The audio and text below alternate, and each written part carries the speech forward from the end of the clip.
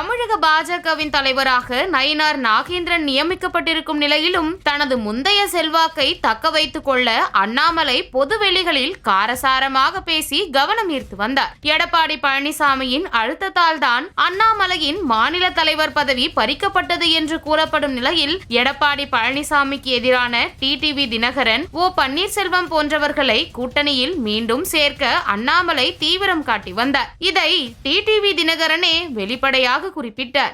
அண்ணாமலை இருந்தவரை அவர் எல்லாத்தையும் சரியா ஹேண்டில் பண்ணாரு. திரு நயினார் நாகேந்திரன் நண்பர் தான், ஆனா அவருக்கு அதை ஹேண்டில் பண்ண தெரியல.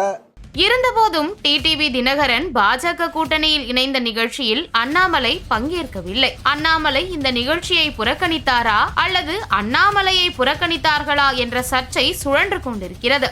இந்த நிலையில் இன்று காலை தமிழக பாஜக பொறுப்பாளர் பியூஷ் கோயல் எடப்பாடி பழனிசாமி வீட்டில் விருந்து சாப்பிட்ட நிகழ்ச்சியில் முன்னாள் ஒன்றிய அமைச்சர் பொன் ராதாகிருஷ்ணன் உள்ளிட்ட பலர் கலந்து கொண்ட நிலையில் அண்ணாமலை புறக்கணிக்கப்பட்டிருப்பது அவரது ஆதரவாளர்கள் மத்தியில் அதிருப்தியை ஏற்படுத்தியுள்ளது. நயினார் நாகேந்திரன் அண்ணாமலை அளவுக்கு அரசியல் செய்யவில்லை என்கிற ஒரு பிம்பத்தை உருவாக்குவதற்காக அண்ணாமலை முயற்சித்து வந்த நிலையில் அவரை திட்டமிட்டு தமிழக பாஜக புறக்கணிக்கிறதா அல்லது டெல்லி தலைமையே இதை விரும்புகிறதா என்ற கேள்வியும் எழுந்துள்ளது. எது எப்படி இருந்தாலும் காலில் சலங்கை கட்டியது போல ஆடிக்கொண்டிருந்த அண்ணாமலையின் மௌனம் தமிழக அரசியலில் கவலைக்குரியதாகவே கருதப்படுகிறது.